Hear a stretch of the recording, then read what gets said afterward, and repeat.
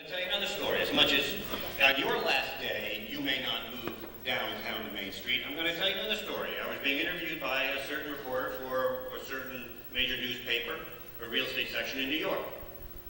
And we are having a discussion about the changing demographics of renters. One of the changing demographics of renters that is going on right now is what's called the move down renter. This is a person, sir, apparently your age, your circumstances, who has decided, you know, I've been living, I paid my mortgage down, I bought my house in 1980, in relative terms, I'm going to do quite well. You've said it yourself. I'm going to do quite well, but you know what? I belong to a country club in the area, my children grew up in the area, I have friends in the area, I'm not ready to move out of the area. But you know what? I don't want to own another home. I'm paying $40,000 a year in property taxes, or 35, or 51, or 28, whatever the number is, and they're deciding, you know what? I'm going to sell my home. And you know what? I'm going to sell it today because while I think it's worth $900,000, $600,000, or $1.2 million, or $500,000, I'm going to sell it for a little less than that so I know I can sell. I'm going to put that money in my pocket. And you know what? I'm going to stay in the area and I'm going to rent. And this woman looked at me and she said, are you telling me that because you know I've just sold my home in Monclair and my husband and I rented it? And I said, no, I had no idea. And you know what she said next? She said, if your building were up, I'd have moved there first. Now, this is a real estate reporter who understands real estate. So, I'm going to tell you, for every one sort of you that are out there as a naysayer who won't move to Main Street, I think there are 5 or 10 of you that will. And I think a smartly conceived project, Xanadu, is an extremely unfair comparison. Xanadu is not a 100-year-old historic landmark building.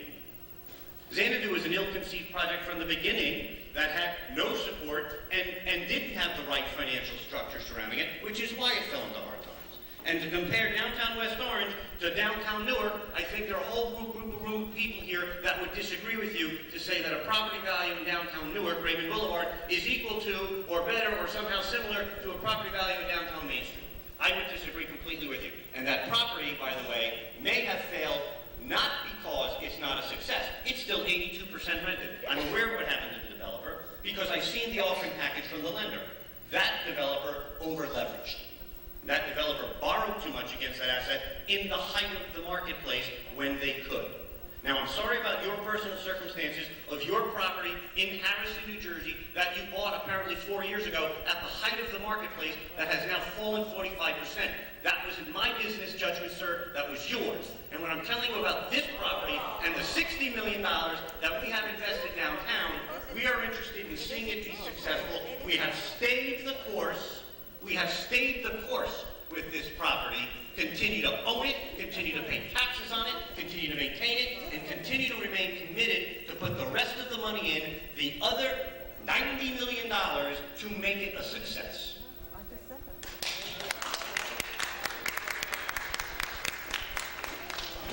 Okay, hold on a minute. We're all going to remain calm and give everyone a chance to talk. But and I respect Mr. Jacobs, but let's be clear. And I'm not delusional. At some point in this argument, if we honestly believe that who the hell would spend money in Main Street, West Orange, we're all kidding ourselves. Whether we're elected officials or we decide to live on the Livingston side, the Verona side.